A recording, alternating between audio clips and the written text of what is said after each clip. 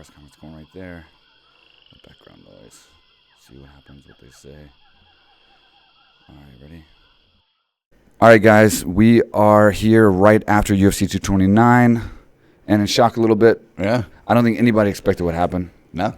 I mean, it's literally, what is it, an hour afterwards? Not even an hour, probably. We're waiting on the press conference right now live on our laptop here on Fight Pass. It hasn't even started yet, which I'm not surprised.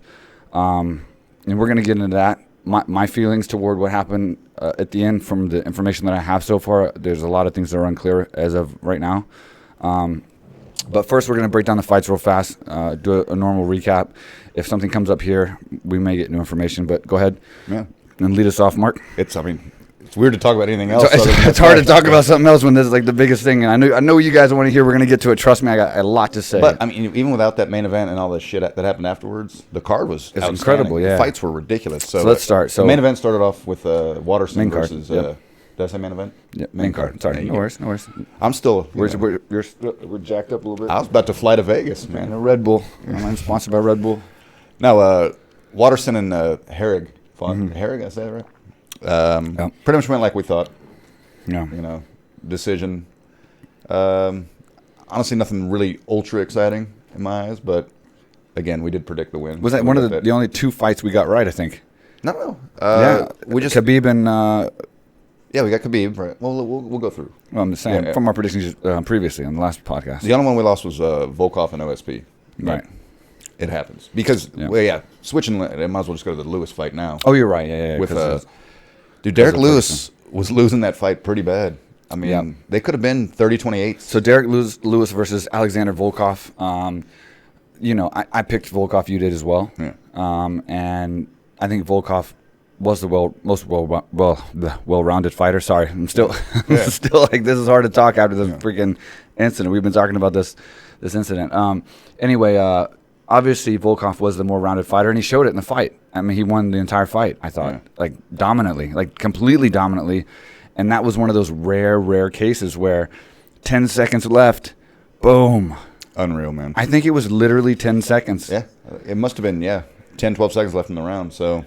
But if you notice, like, a few times during their exchanges, even though he was getting beat, he was throwing those big fucking right hands. That's all it takes. And that's all it takes. It's like they were kind of slow, so you're thinking, like, it's not going to land. But part of you were like, if it lands, shit, man, something could happen. And, man, it put him down. So hats off to him. Yeah. Derek Lewis. Even though Derek Lewis hates me.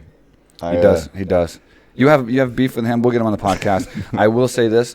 Derek Lewis's post-fight speech, fucking hilarious. Probably one of the best. It's top 5 in the world. How many times have you seen a man take his shorts off?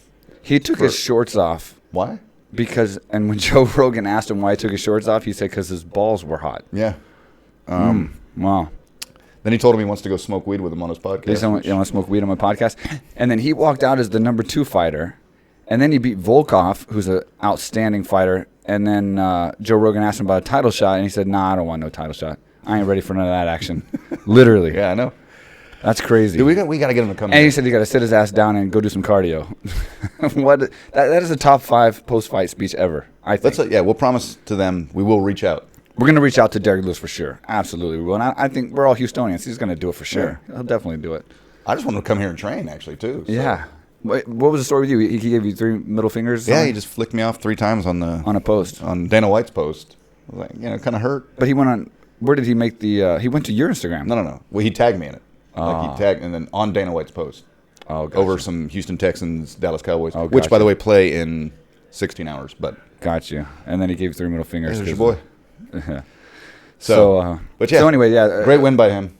I mean... Volkov did a great job. He was picking Lewis apart the entire fight.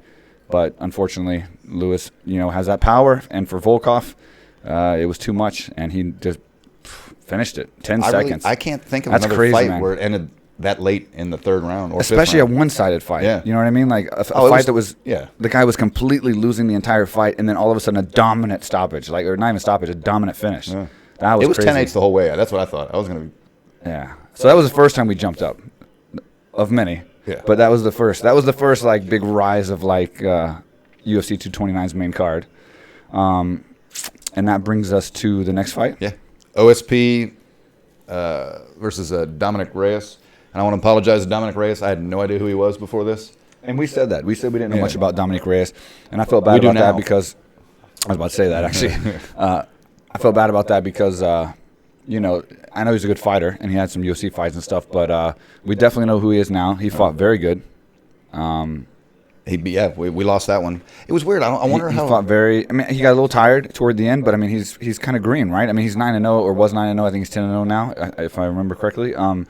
But that's still kind of green. You know what I mean? Yeah. Like, so he's still kind of. This is a huge card to be on. Yeah. It's not easy to be on a Conor McGregor card and you walk out to that kind of crowd with those Irish fans. You know what I mean? That's intense. I fought on one. Yeah. I can tell you from experience. It's an intense walkout. You know what I'm saying? So, yeah. So he probably just had a adrenaline dump, I think. And at one point, Dominique said that the fight was evenly matched. I think. It's tough when you get outstruck 61-6. I don't know who he was thinking when he said that. That kind of caught me off guard a little bit. I don't think that was very even. Maybe they meant stylistically. I don't know, but I think he proved he was the better fighter for sure. You know, at the end, there's another one that ended in the last 7-10 seconds, whatever. Yeah. Is that going to be called a knockout, or is it? Because you were mentioning, obviously, we were at AKA watching the fights, by the way. So yeah. We normally take notes, but it was just too crazy, so we're going over it together. But yeah. Okay, so here's my take on that. If the ref gets in between the fighters, it should be stopped and ruled a finish, period. If you watch the video, he went down, his hands to his side, flat of his back. Straight up in the lights. Not defending himself with no intention to. I mean, it wasn't like he was grabbing for something really fast, trying to attack something or moving up. He laid out with his hands to his side, and the ref jumped in. I mean, he so in other words, if he had turned around and came back to finish him off, he couldn't have because the ref was in the way of the fight. So I think in a case of where the ref gets in between the fighters, it's a finish. He was going to win regardless. Yeah, of course. But you obviously want to have that knockout. Yeah. And the potential of getting a bonus. Yeah. You know? So I think he got robbed on that knockout. But man, 10-0, man. Yeah. Congrats to him. Like I said, what's your take on that? I mean, because it was the end of the round. The thing I was concerned about was the time. Like, did he hit him after the bell or right at the bell? Then it could be something to be left, to argue about. Before. I think it was way before. It was. And if you look at the video, the ref jumps right in. I mean, he gets right between them with his arms out. That's a finish. See, I get that's a finish. The Mark Hunt walk-off knockouts and stuff.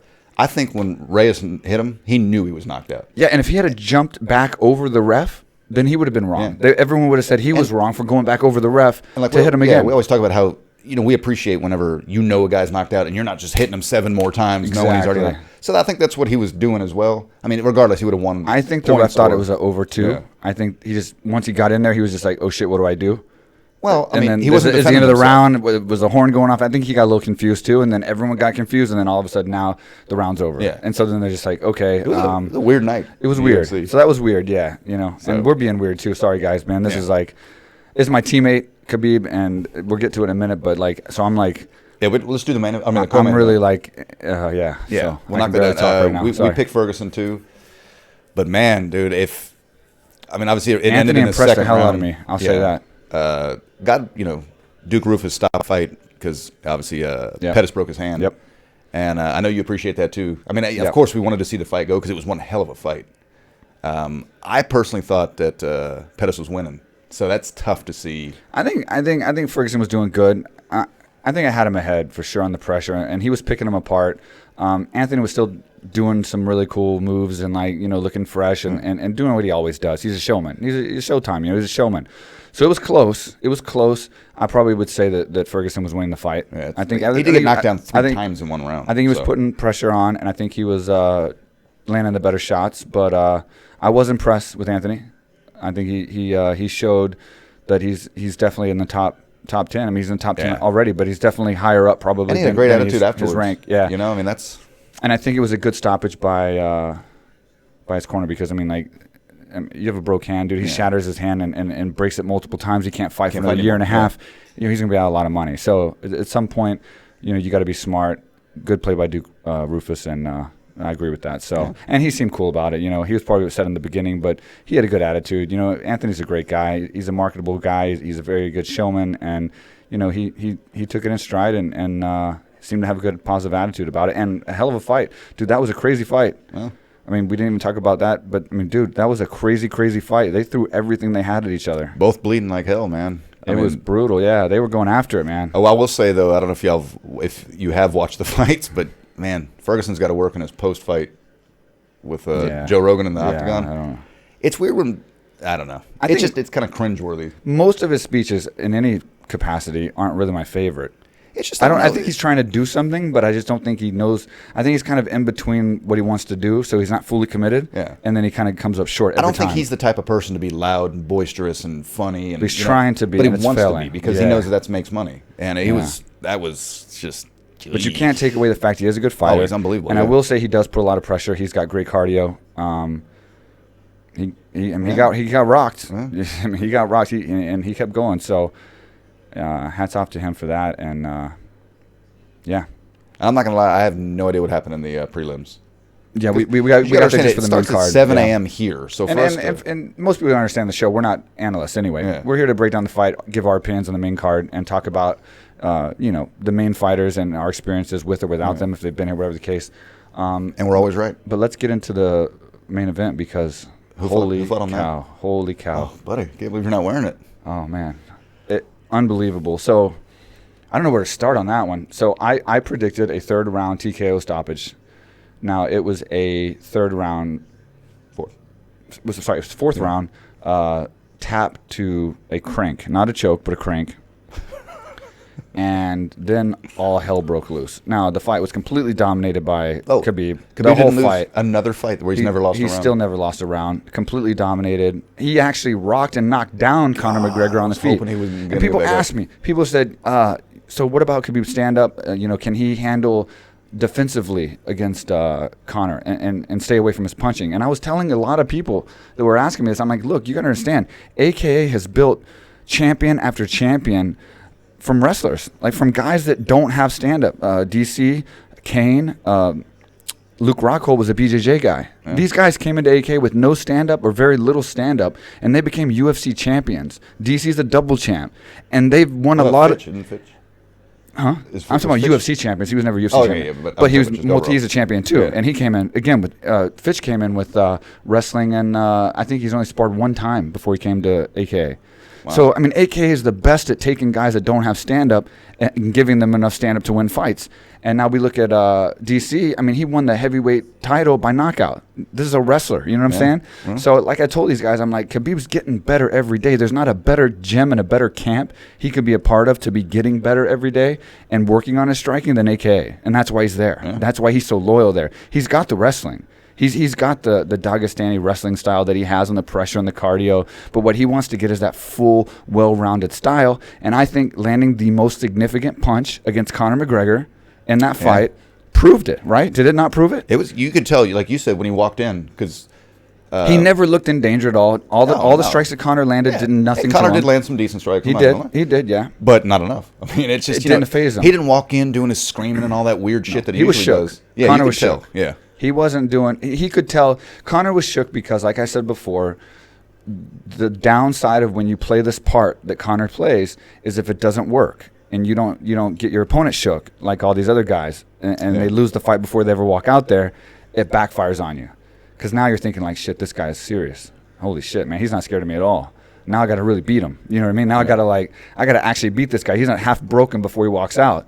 And I think he was shook. He came out, and of course he did a strut and everything, but he wasn't like jumping up and down, screaming, hitting his chest, doing the stuff like he's done in the past. He was a completely different fighter walking out than when he fought Jose Aldo.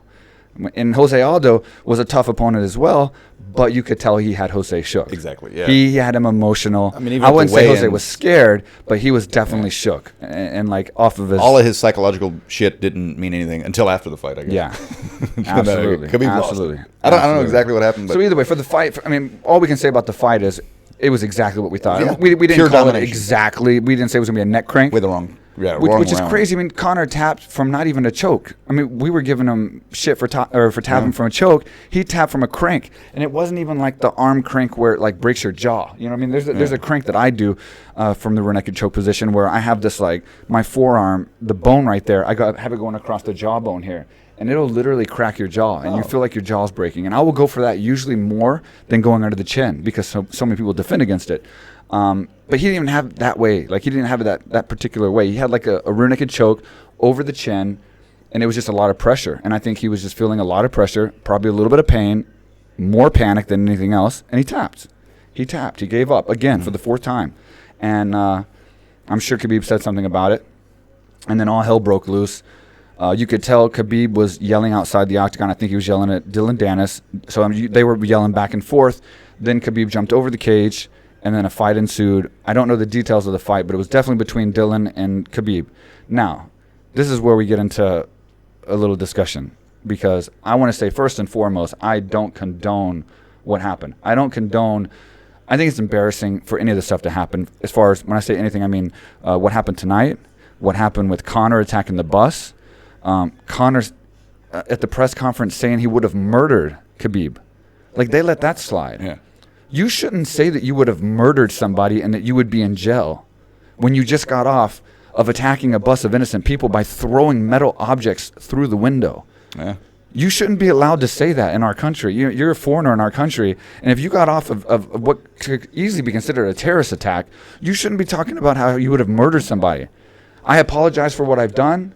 I apologize for what I did with the bus, but I would have killed them. Yeah. Really? It's like OJ saying, I didn't commit the crime, but if I did, this is how I'd do it. So, okay, it happened. It happened. It is what it is. They let it go. But here's the problem. When you sensationalize that, and you use that footage, and you show all that violence and all this negativity and build a fight, and you do it against a guy who is a real gangster, who is a real badass, who's the guy that Conor portrays.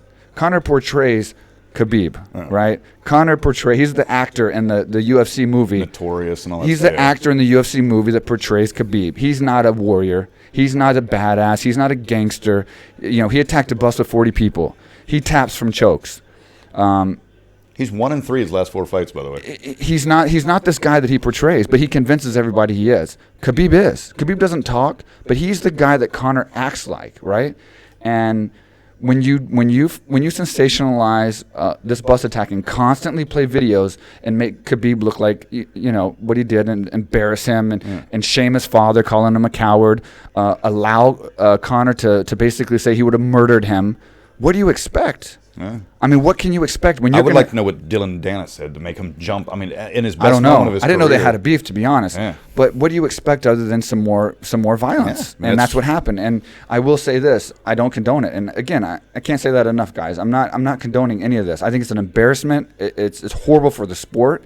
But you shouldn't have sensationalized it. I think this could have been stopped well before tonight, and this wouldn't have happened. You know what I mean? See, I'm thinking if it was vice versa and Conor jumped over and starts doing that, it'd be like, oh, it's Conor being Conor. There he goes. Oh, it's awesome. He got off on everything. And now it's the end of the world, and they're just so disgusted that Khabib, who basically just fought an entire fight, beat Conor McGregor, jumped over the cage by himself and attacked Conor's corner with gloves on. So I'm not saying it was right, but it was fucking gangster. Yeah. You can't say that shit wasn't gangster. And that was a man who fucking is the real fucking deal. He went and attacked Dylan Dennis, who is probably one of the best grappling guys in the world. I mean, this guy legitimately is a serious grappler. I mean, he's very, very good. It's not like a Javier, like a corner man who doesn't still fight or something like that. He attacked a legitimate guy with gloves on after he already beat up Conor McGregor, who's supposed to be the best fighter in the world. If you're going to go gangster to gangster, that was gangster. And also, we have a friend there that watched the fights, actually in Vegas, and they were telling me that he thinks, it's not, again, I don't know 100%. It just literally happened 20 minutes ago, so we don't have all the details. But I heard that Conor, when all that shit was going on, Conor actually hit Khabib's brother. And then that dude in the red, which I don't know who that is, jumped in there and started wailing on And Conor. I will say, whoever the guy in the red or had the red shirt on that was on, obviously, Khabib's side, I don't know who it is because he was such a big guy. I don't know who he was. I don't recognize him. Well, they zoom back. Yeah, but he was a big guy. Yeah. Whoever jumped in and started punching Conor, I don't agree with that shit at all. I mean, it is what it is. Again, it's one of those things where everything comes around. You know what I mean? Yeah. Like, you're going to attack a bus, you may take a couple punches later. It's not like he got hurt, he didn't get killed, he didn't get stabbed or anything, but this is a guy who said he was going to murder Khabib. Yeah. So it's like you may take a couple licks Khabib, when you talk shit like that. McGregor, I don't condone it, but it was wrong, and that guy's going to be in some serious trouble, whoever that guy is, for sure. That guy's going to be in trouble. When McGregor jumped in during the Bellator fight? And he did, exactly. And, good point.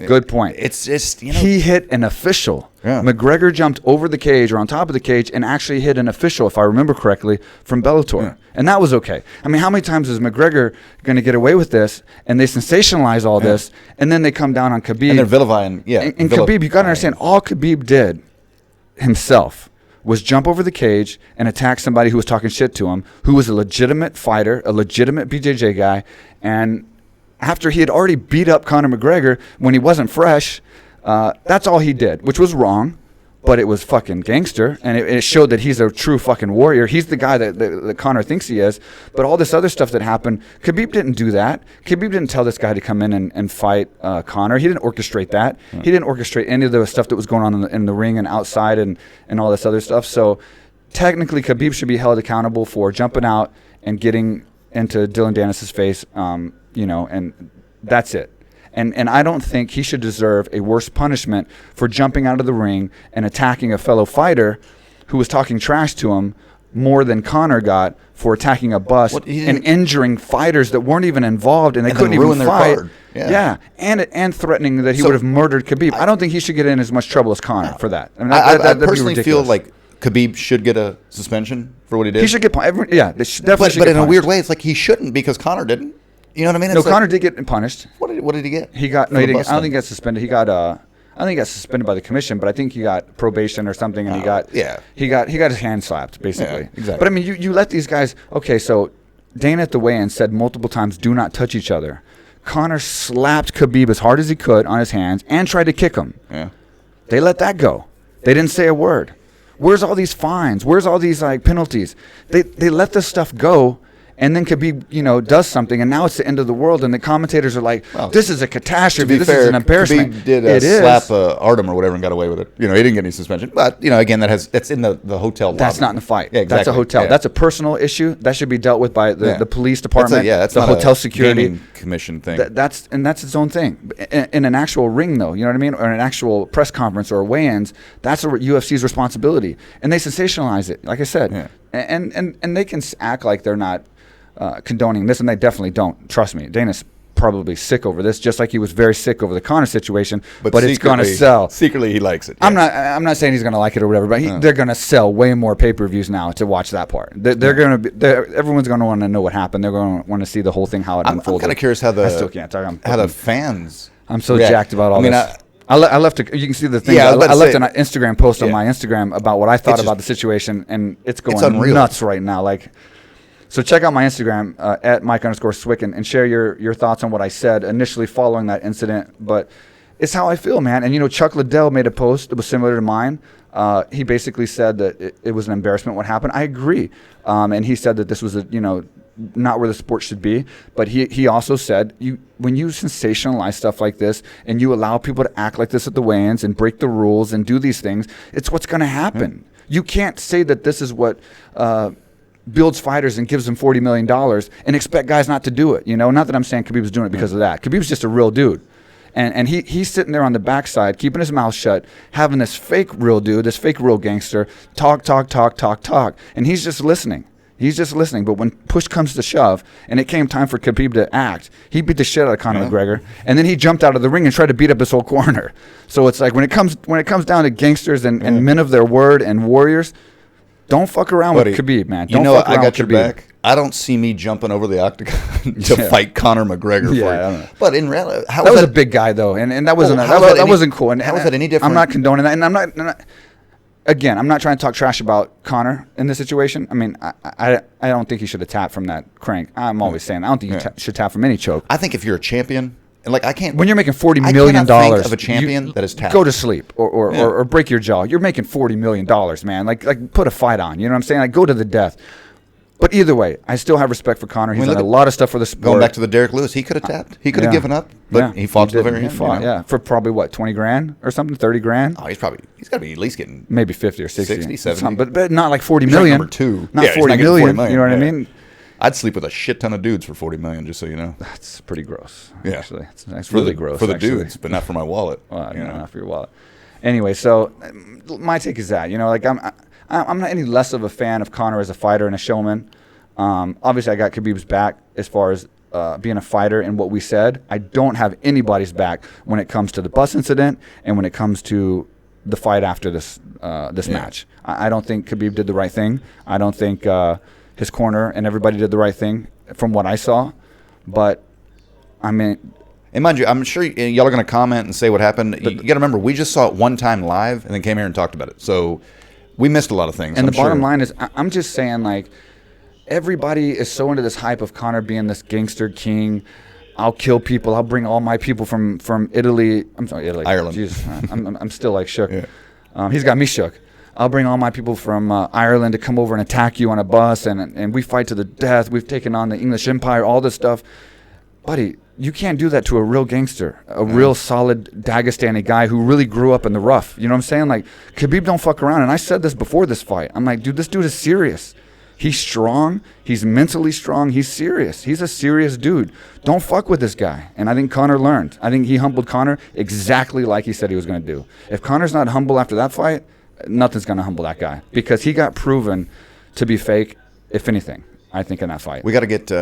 if not Khabib, that'd be obviously ideal. Let's get Javier on here the next couple of days. We'll see what happened up close. Yeah, because obviously I'd love to hear. And you could see DC and Luke and everybody trying to calm down Khabib. And like I said, it is what it is. But I probably repeated myself a million times, guys.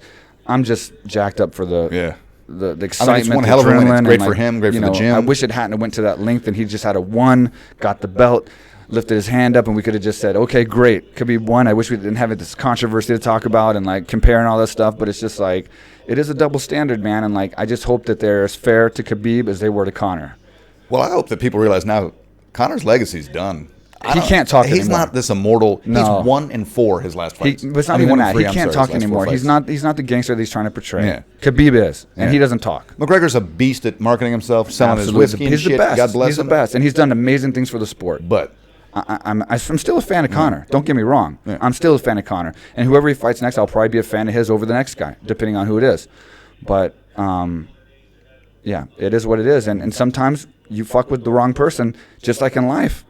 You get dealt what he got dealt. He got dealt an embarrassing fight. He got dealt a few slaps during the fight. I forgot about that. And a few slaps after the fight. Yeah.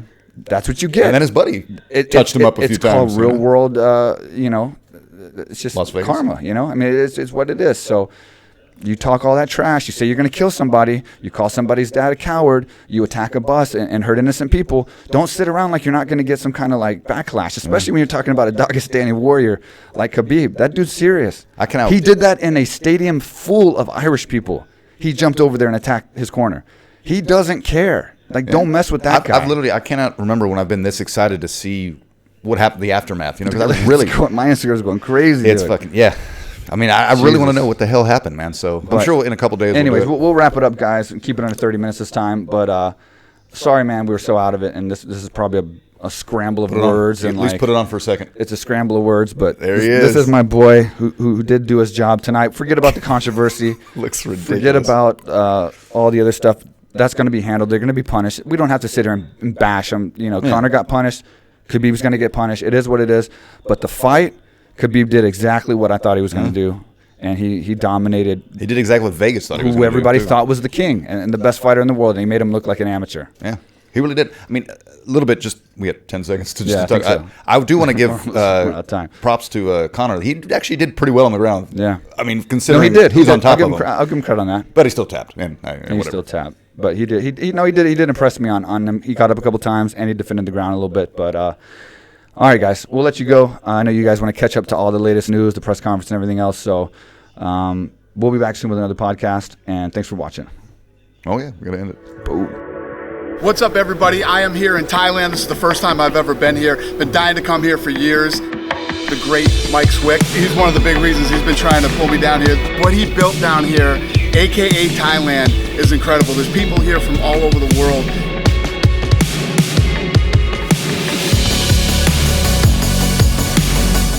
You can train mixed martial arts here, jiu-jitsu. They have weightlifting, they have cardio, and obviously they have Muay Thai, boxing, everything.